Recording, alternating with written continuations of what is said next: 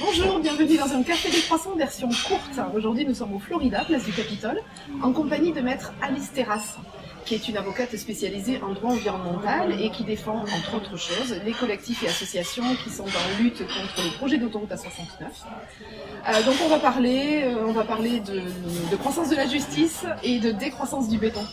Un café des croissants générique.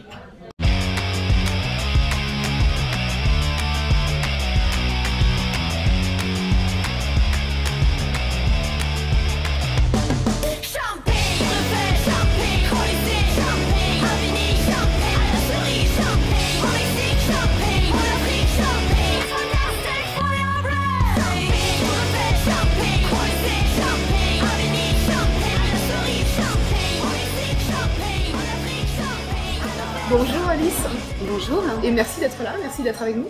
On avait très envie de se recevoir parce que pour tout dire, depuis quelques semaines, depuis la décision du 27 février, qui est donc celle de l'arrêt du chantier, on a beaucoup entendu de gens, d'avocats par exemple, mais des hommes en fait. Il se trouve que c'est toi qui as suivi le dossier, c'est toi qui as obtenu la décision, donc on avait envie de t'entendre. Et la première question que j'ai envie de te poser, c'est: beaucoup de gens ont été très choqués par cette décision du 27. Et des gens qui avaient l'air de penser que en fait, la justice elle était déjà passée, que la justice était déjà prononcée pour le projet, et donc ils ont été sous le choc. Mais d'abord, pourquoi est-ce qu'ils ont pu penser ça? Qu'est-ce qui s'est passé pendant 2 ans? Et puis, qu'est-ce que vous avez réussi à démontrer pour obtenir la décision du 27 février de l'arrêt du chantier? Oui, alors effectivement, les gens étaient surpris parce que d'abord le dossier a duré pendant près d'1 an et demi. 1 an et demi d'instruction au cours desquels les opposants ont déposé plusieurs référés. En totalité, il y en a eu 5. 3 référés suspension, 1 référé mesure d'instruction et 1 référé liberté. Donc effectivement, ça fait beaucoup de tentatives qui tendaient en fait à suspendre l'exécution du chantier. Et toutes ces tentatives se sont soldées par des échecs. Les juges des référés, systématiquement saisis, ont décidé de ne pas suspendre le chantier. Celui-ci donc a continué à grand train, puisque l'État et son concessionnaire effectivement ont tout fait pour arriver très rapidement sur le terrain. D'ailleurs, dès le lendemain de la délivrance de l'autorisation environnementale. Et il nous a fallu 1 an et demi, in fine, pour obtenir une annulation. Donc, effectivement, dans l'esprit du grand public, il est quand même surprenant de voir d'un côté des opposants se voir systématiquement rejetés pour, in fine, obtenir une annulation. Ceci étant, en droit, c'est pas forcément une surprise.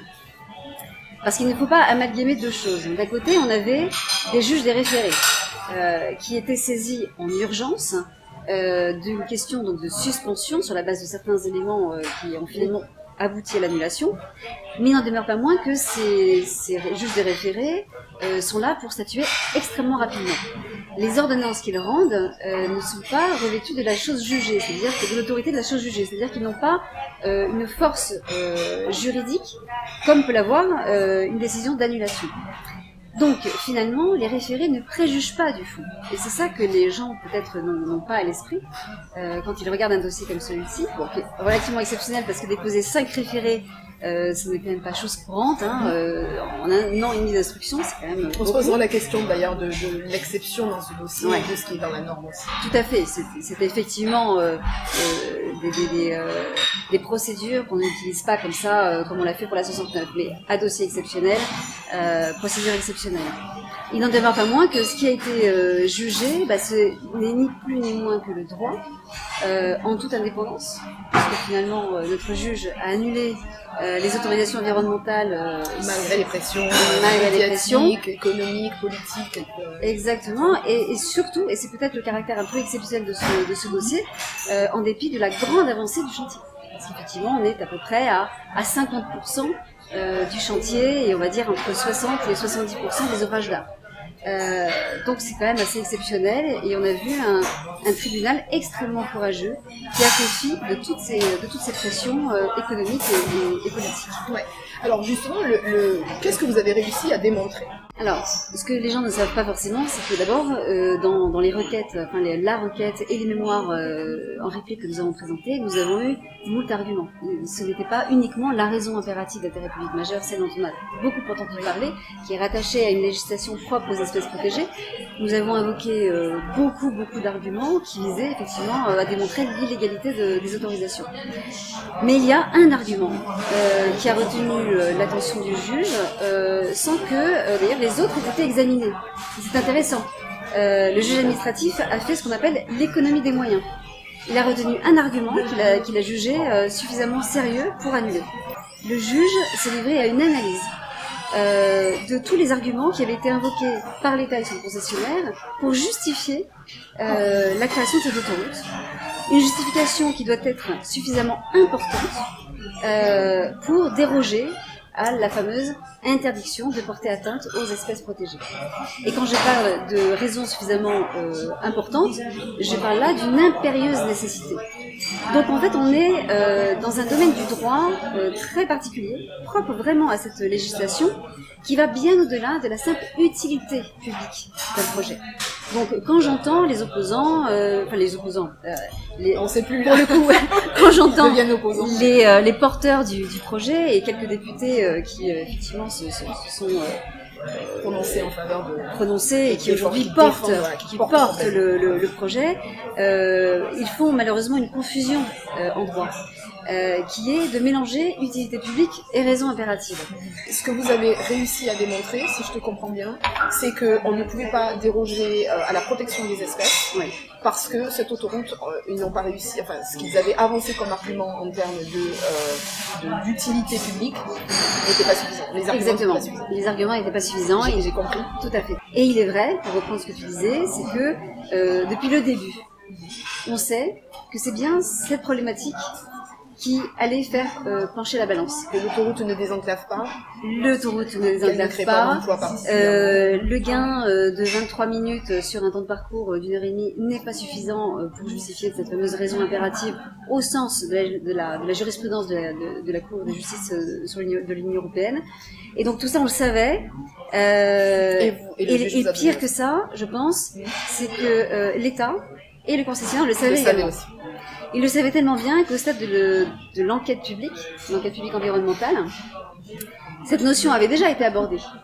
Mais l'État avait enjoint à la commission d'enquête de ne pas aborder cette question-là. Ouais, donc ça c'est super important. Ouais. C'est très révélateur. On en parlera parce qu'on parlera de ce gâchis.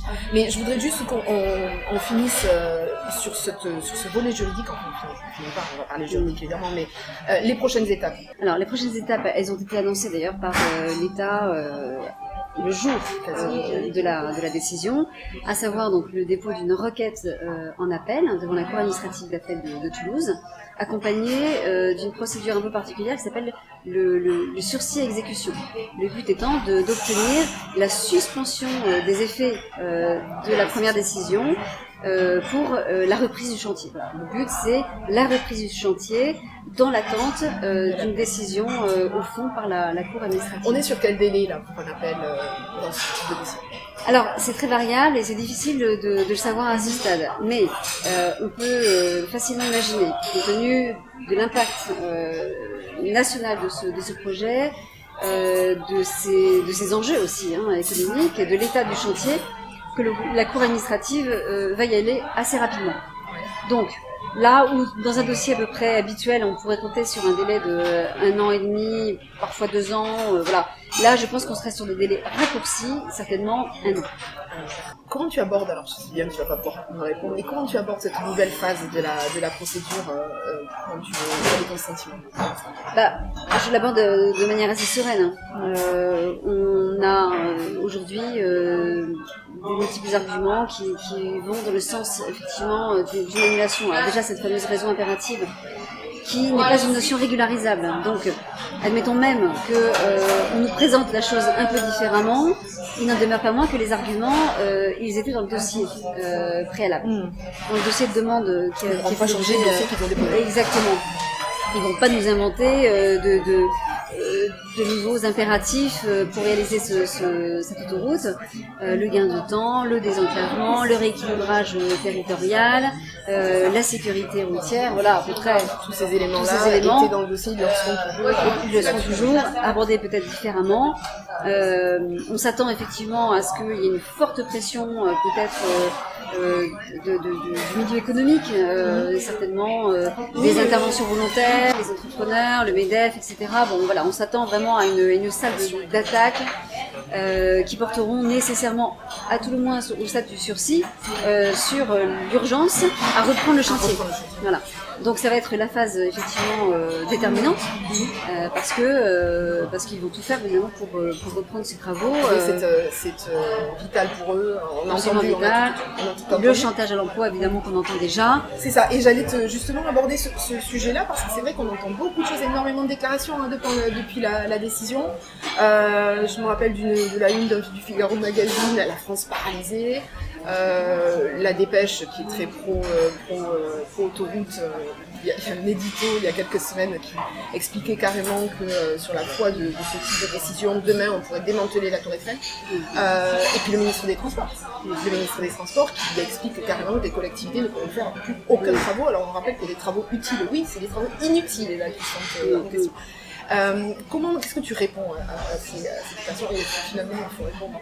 Il faut répondre en droit, c'est ça. C'est que le problème, c'est que il y a beaucoup d'imaginaire, beaucoup d'irrationnel dans toutes ces affirmations. Chaque dossier est particulier. On ne crée pas ici une jurisprudence, il faut être très clair. C'est pas parce qu'on a fait... C'est important, voilà, c'est pas... Parce qu'on a l'impression, on entend ce petit discours sur cette jurisprudence, tout le droit a changé. En fait, c'est juste l'application du droit tel qu'il existe. Exactement. Le droit, aujourd'hui, c'est celui-là. Il faut démontrer la raison impérative. La Cour de justice de l'Union européenne nous a dressé les contours de cette notion de raison impérative d'intérêt public majeur et nos juges administratifs de Toulouse n'ont fait qu'une stricte application de cette jurisprudence. Donc il n'y a pas lieu de penser que parce que la 69 a été suspendue, a été annulée et donc le chantier suspendu, que ça va mettre à mal tous les autres projets. Ouais. En réalité, dans le cas où ces projets peuvent être mis en doute. Exactement. En fait, ce que met en lumière ce dossier, c'est que l'impunité des porteurs de projets qui se disaient que la démonstration de la raison impérative n'était qu'une formalité dans le dossier, bien sûr, on compte que ce n'en est pas une. Et tout d'un coup, on remet au milieu de la table cette fameuse notion qui est le cœur du sujet, qui devait être le cœur du sujet dès la base de la conception des projets. Et plutôt, justement, que de s'interroger sur la manière dont on fait ces projets et comment on devrait se poser la question dès le départ de comment on va justifier leur mise en œuvre, eh bien, on est en train finalement de cibler les opposants en disant mais regardez, ils vont arrêter avec cette notion tous les projets de la Terre. C'est une question que je voulais te poser plus tard, mais finalement je te la pose maintenant parce que tu y vas et c'est important. L'État a gaspillé des millions. Des gens ont été expropriés, ont perdu leur maison, ont perdu leurs emplois. Le gâchis est énorme sur le plan environnemental, on ne parle pas. Comment est-ce qu'on évite ça dans le futur? Ça, c'est une question essentielle. Parce qu'effectivement, je pense qu'on est à peu près tous d'accord sur un point, c'est que c'est un immense gâchis. Un gâchis économique, un gâchis environnemental, un gâchis aussi dans la vie des gens. Sur le plan humain, c'est absolument catastrophique. On en a fait peu cas finalement, pas assez. On a beaucoup parlé d'environnement et d'intérêt économique, mais finalement tous ces gens qui ont été expropriés, qui ont perdu leur terre, leur outil de travail. Le volet social, effectivement, c'est pas un le volet social, on l'a un peu oublié et il est complètement essentiel. Et donc ce gâchis-là, il faut qu'il soit évité à l'avenir. On aurait pu l'éviter et c'est peut-être là où la 69 va servir de point de repère et certainement créer un avant et un après. Il y a plusieurs choses. La première, c'est d'abord d'instaurer une vraie démocratie participative en France. Ce n'est pas le cas. Les politiques aujourd'hui, les élus nous parlent d'une concertation qui a eu lieu en 2016. Nous parlent de l'enquête publique environnementale qui a permis également de convoquer les gens pour qu'ils puissent s'exprimer sur le projet. En réalité, ce n'est pas vrai. Ce sont des simulacres de démocratie où les gens sont simplement informés d'un dossier, d'un projet, mais en aucun cas leur parole ne va être prise en considération. Alors, maintenant, on l'entend à coups de manifestations. D'abord, les opposants à la 69 manifestaient en masse pour dire on est contre. Et ensuite, les pro-autoroutes qui viennent manifester, mais tout ça arrive beaucoup trop tard. Les vraies questions, il faut qu'elles arrivent en amont et que les gens soient véritablement consultés. Ça, c'est un premier point. Le deuxième point, c'est aussi il faut arrêter de sortir les vieux projets des cartons sans se réinterroger sur les besoins actuels. Parce qu'on nous dit cette autoroute, mais comme d'autres dossiers, cette autoroute on l'attend depuis 30 ans. La LGV aussi. La LGV aussi. Et donc parce qu'on attend depuis 30 ans, elle devrait être justifiée aujourd'hui. Mais c'est pas parce qu'un projet est vieux de 30 ans qu'on doit nécessairement le ressortir. Au contraire. On doit aujourd'hui se réinterroger parce que de toute façon, on est face à des défis environnementaux qui sont absolument nouveaux, qui sont mouvants. On est dans une société qui n'a jamais été aussi changeante. Et quand on voit que finalement il n'a pas évolué ce dossier depuis 30 ans, ce sont les mêmes arguments, les mêmes caractéristiques, etc. On voit là qu'il y a vraiment un vrai problème de temporalité et de démocratie. Et d'écoute des citoyens. C'est là que ça devient un sujet idéologique quand même. Il y a deux modèles clairement qui sont en train de s'affronter. Du coup, ça ne me surprend pas que ce sujet se soit évité aussi au Parlement, plusieurs fois, la 69. Et ça vient encore aujourd'hui, puisque 4 parlementaires pro-autoroute ont décidé de proposer une proposition de loi dite de validation. Alors, on apprend des termes techniques, tout ça m'était étranger, mais tout le monde sait, qui pourrait aboutir à l'annulation rétroactive de la décision de justice. Alors là, ça pose quand même des questions. Tu t'y attendais à celle-là ? Non. Non, celle-là, c'est... Non, véritablement, ça fait appel à de vieilles notions apprises il y a très longtemps sur le droit constitutionnel. Mais non, une loi de validation, quand on regarde les conditions, d'abord on voit très bien que les conditions sont pas remplies du tout dans ce cas-là. Ça ressemble à quoi ? Une gesticulation politique, mais ça a peu de chance, d'ailleurs on l'entend, ça a peu de chance d'aboutir. Cette loi de validation a très peu de chance d'aboutir. Ce serait d'abord une ineptie juridique et une incompréhension totale et surtout une violation de la séparation des pouvoirs. Donc, très clairement, cette loi de validation, elle a pour objectif de s'asseoir sur une décision de justice, sur le fond. Donc ce sont des politiciens, dans ce cas c'est plutôt des politiciens à mon avis, qui décident que la décision de justice ne leur convient pas et qui décident de changer la loi. Ceux-là même qui, quelques mois auparavant, donnaient pleine confiance à la justice, qui en appelait systématiquement à la justice en disant que la justice était là pour être garant et qu'il respecterait les décisions de justice. Mais là, manifestement, la décision ne leur convient plus et donc effectivement... Est-ce que le droit environnemental, pour toi, est aujourd'hui en danger ou il s'agit surtout de gesticulation et de déclarations ? Non, le droit de l'environnement est en danger, très clairement. D'abord, on assiste depuis maintenant près de 10 ans à un vrai détricotage du droit de l'environnement. Alors c'est assez insidieux, c'est à coup d'amendements, de lois qui sont plus ou moins passées inaperçues. On restreint de plus en plus l'accès à la justice, le droit au recours. Les associations qui se voient maintenant supprimer effectivement certaines possibilités pour accéder à la justice. On supprime également, c'est important, des degrés de juridiction. Donc on arrive tout de suite devant les cours d'appel sous prétexte de transition écologique, de simplification du droit.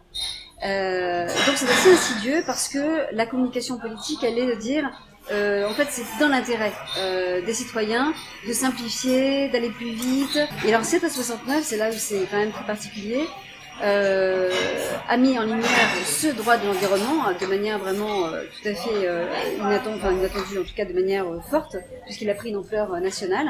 Et là, du coup, le droit de l'environnement est devenu une cible à abattre. Et là, c'est là où on arrive je pense à une période très compliquée, où les langues se délient, où il n'y a plus véritablement de filtre de la part de certains politiques et élus. Il y a plus sûrement, effectivement. Là, il y a vraiment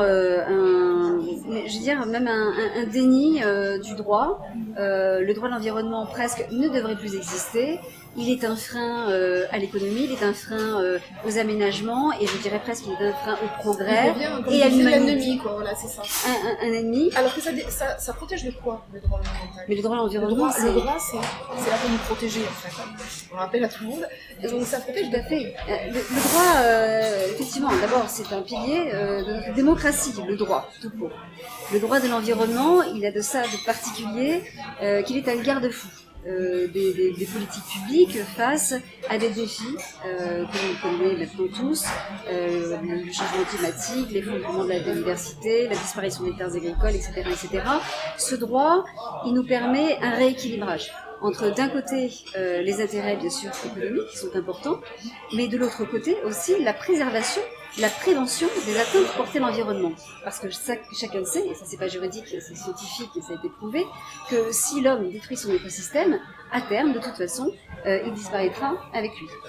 Donc, la question n'est pas d'opposer le droit de l'environnement au droit économique ou de l'urbanisme. On a l'impression que ça s'oppose, le droit de l'urbanisme et le droit environnemental. Exactement. Deux branches qui ne se rencontrent jamais. Tout à fait. Ou si ce n'est pour s'opposer. Mais ce n'est pas du tout l'objectif.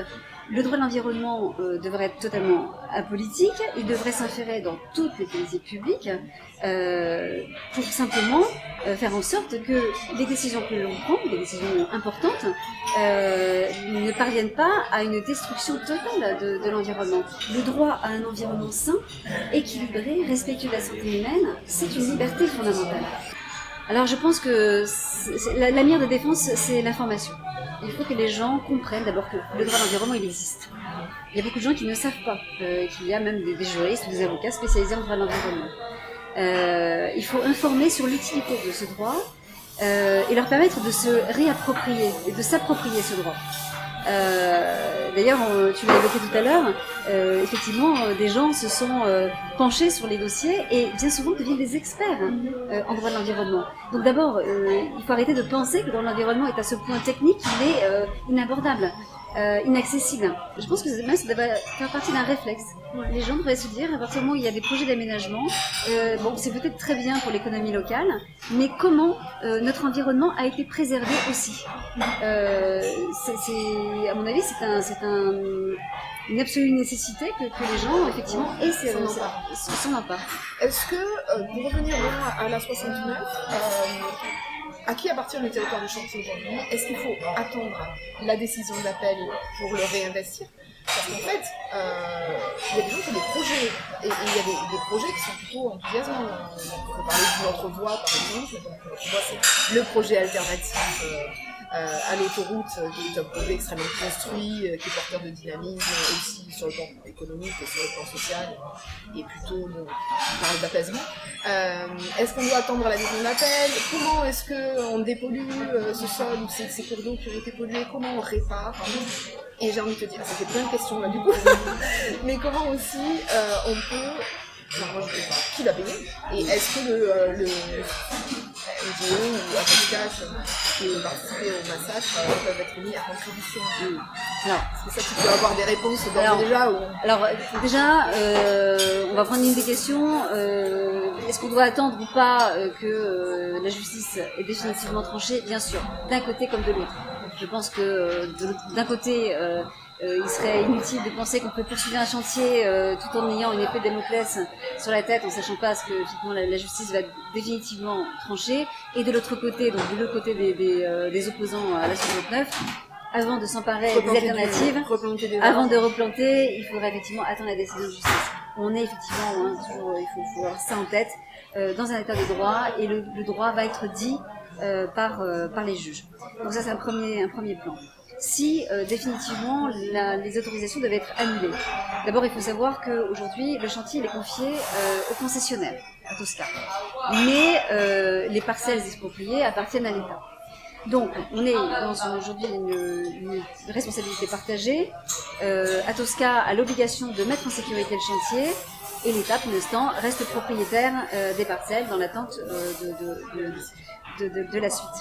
Ce qui risque de se passer en cas d'annulation, de toute façon, on va rentrer dans une autre vague de contentieux qui, du coup, ne va plus forcément regarder les opposants à la 69, mais plutôt le concessionnaire et l'État, qui vont alors soit négocier, soit rentrer dans un litige ferme, qui va être de savoir qui va payer. Est-ce que la responsabilité sera partagée?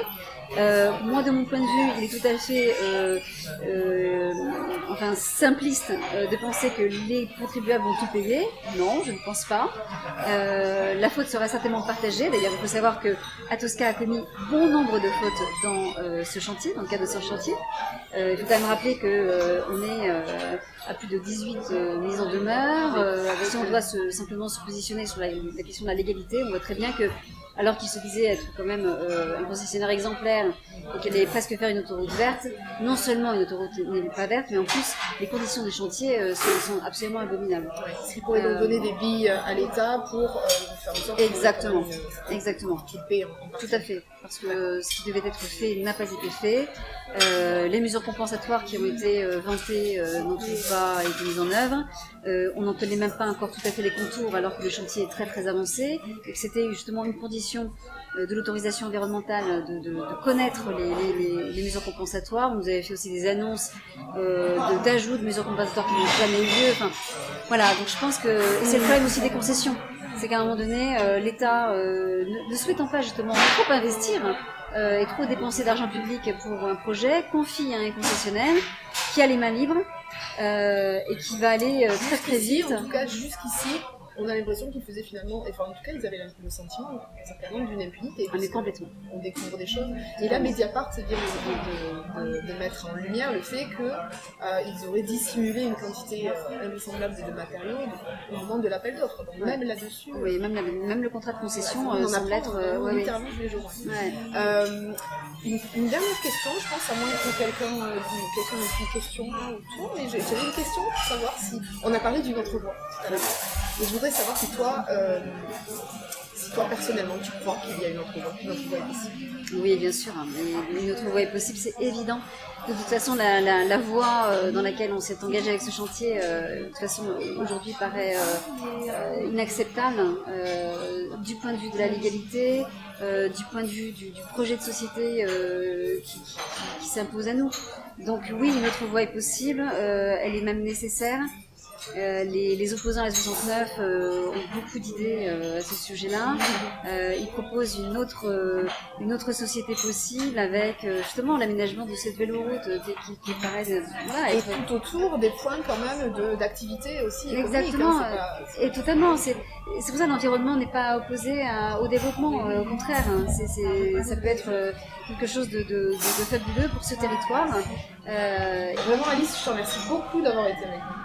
Et dans un café des croissants, je remercie aussi les gens qui sont autour de la table, Boire qui était à la technique, Anna qui est avec nous, Tess aussi, Ornella qui est en train de prendre des images, je remercie Solène et Anna qui sont aussi sur les réseaux sociaux. Merci à tous, j'espère que vous avez aimé et à bientôt sans doute. Bisous.